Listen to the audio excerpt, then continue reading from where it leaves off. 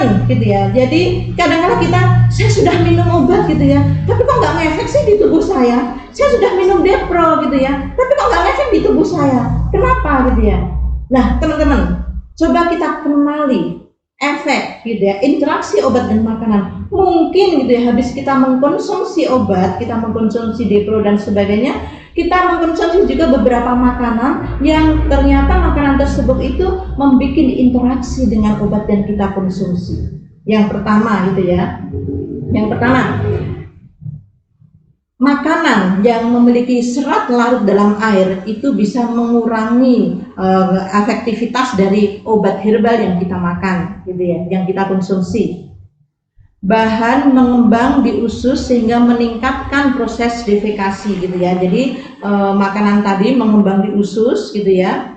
Penggunaan bahan penyusun ramuan yang mengandung antrakinon atau serat larut air akan mengurangi waktu transit obat lain dalam usus gitu ya. Saya contohkan langsung aja, ini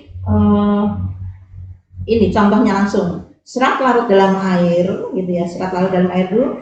Contohnya gitu ya, rumput laut. Jadi saya habis minum Depro, lalu saya makan agar-agar. Saya makan jelly. Kalau jelly itu minum makan sih gitu ya, makan jelly gitu ya dan sebagainya gitu ya. Ternyata makanan tersebut kita kenal memang agar-agar itu berserat tinggi gitu ya, bagus untuk pencernaan gitu ya. Tapi apa yang terjadi? Jika bahan obat lain dicampur dengan tanaman di atas, maka waktu transit di ususnya itu berkurang. Feses cepat dikeluarkan, kesempatan diabsorpsi itu akan berkurang dan tidak maksimal, sehingga efek farmakologinya akan berkurang. Kita ingat ya, salah satu iklan itu ya, jadi ya. Jadi kalau minum makanan yang mengandung rumput laut tinggi, jelly gitu ya, makanan berserat tinggi itu akan memudahkan makanan itu sampai ke BAB cepat sekali. Nah, kalau kita minum obat herbal, kemudian kita makan agar-agar jelly dan sebagainya, itu nanti obat tadi belum sempat diabsorpsi, diserap oleh usus dengan maksimal, itu nanti sudah cepat setelah kali lewat di usus langsung sampai ke usus besar, gitu ya. Jadi jadi kesempatan absorpsi, kesempatan herbal diserap oleh usus tubuh itu akan berkurang, sehingga kan efek farmakologinya juga berkurang. Itu ya. Yang pertama, kalau ada keluhan, saya sudah minum obat herbal tapi nggak ngefek, kemungkinan habis minum obat herbal kita kemudian mengkonsumsi agar-agar atau jelly tadi, gitu ya. Yang kedua, laksansia atau pencahar, ini hampir sama gitu ya. Intinya makanan tadi tidak akan diserap oleh tubuh dengan maksimal. Makanan atau minuman dapat mengandung bahan yang dapat bersifat pencahar. Minuman lidah buaya yang pengolahannya keliru sehingga masih mengandung getah yang berasa pahit, minyak biji jarak, minuman mengkudu dalam jumlah banyak, obat yang dikonsumsi bersama tidak sempat diserap ke dalam darah. Pencahar itu orang yang sembelit dikasih pencahar biar cepat BAB-nya. Nah gitu ya, laksansia gitu ya. Jadi ternyata itu pun bisa akan mengakibatkan tidak bisa diserap oleh tubuh dengan maksimal. Yang ketiga, tanin atau tanin. Jadi sebuah tanaman, makanan ini mengandung tanin atau tandanya sepet. Kalau ada rasa sepetnya itu berarti ada tanin. Hati-hati kalau kita sedang mengkonsumsi obat herbal gitu ya. Ya, tanin itu dapat bereaksi dengan protein dan akan melapisi dinding usus sehingga menghambat penyerapan obat yang diminum bersama. Bahkan pada dosis besar bisa menimbulkan konstipasi gitu ya. Contoh teh kental gitu, itu taninnya gitu ya, banyak. Daun jambu mete itu sepet, itu berarti ada taninnya. Pisang yang masih mentah, saya minum obat herbal dengan pisang mentah, itu ada taninnya gitu ya, dan sebagainya. Nah contoh gini ya, ini Depro itu ada madunya, ada proteinnya gitu ya. Nah protein yang ada pada Depro ini gitu ya, nanti bereaksi dengan tanin akan membentuk lapisan tipis yang ada di usus gitu ya. Sehingga karena ususnya terlapisi oleh lapisan tipis antara tanin dengan protein, sehingga akan mengganggu penyerapan obat yang kita minum gitu ya. Jadi ternyata gitu ya, kasih jarak gitu ya.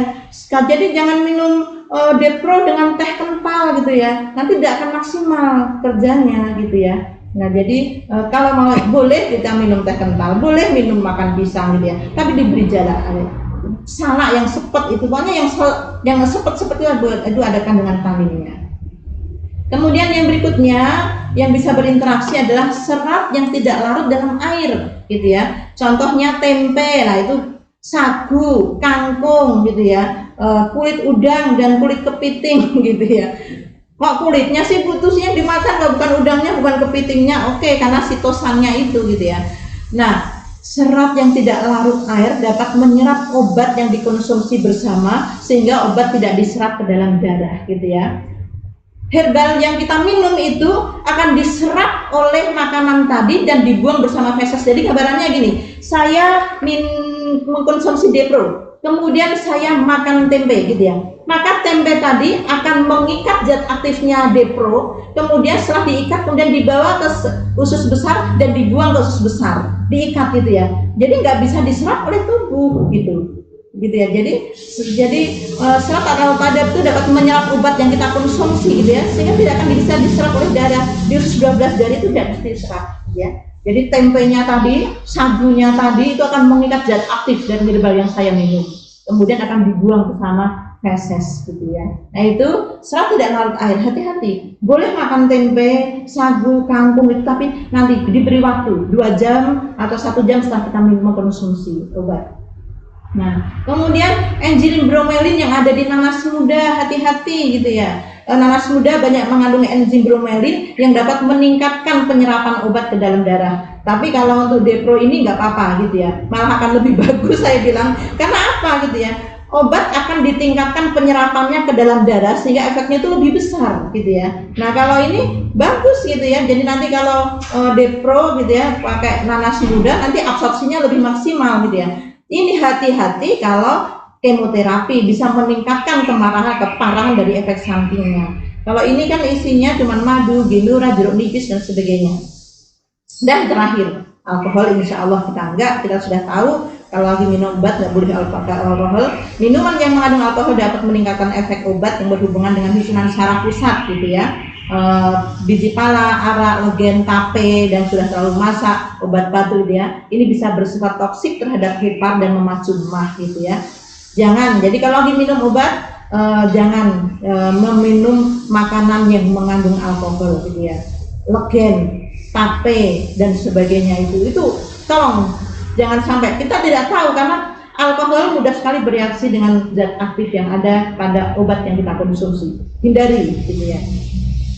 Dan kalau ini makanan yang mengandung logam berat, nah ini contohnya bayam. Bayam memiliki kandungan zat tinggi, gitu ya. Nah, bayam atau mungkin sayuran tapi ditanam di tanah bekas runtuhan pabrik dengan bahan baku logam berat, itu akan bisa menyerap kandungan logam yang ada di dalam tanah tersebut. Nah, obat yang memiliki gugus hidroksifenolik, gitu ya, itu dapat membentuk kompleks dengan logam. Nah, kita tidak tahu obat herbal yang kita minum itu mengandung apa. Nah, sehingga amannya, gitu ya, kesimpulan saya betul, amannya saya tidak tahu ini yang saya minum itu kandungannya apa. Maka kesimpulannya obat herbal itu kandungannya adalah multi komponen. Ini isinya banyak sekali, ada antosianinnya, flavonoidnya, glikosidanya dan sebagainya, gitu ya, yang bisa dipengaruhi oleh komponen makanan, sehingga lebih amannya obat herbal dikonsumsi setengah jam sebelum makan.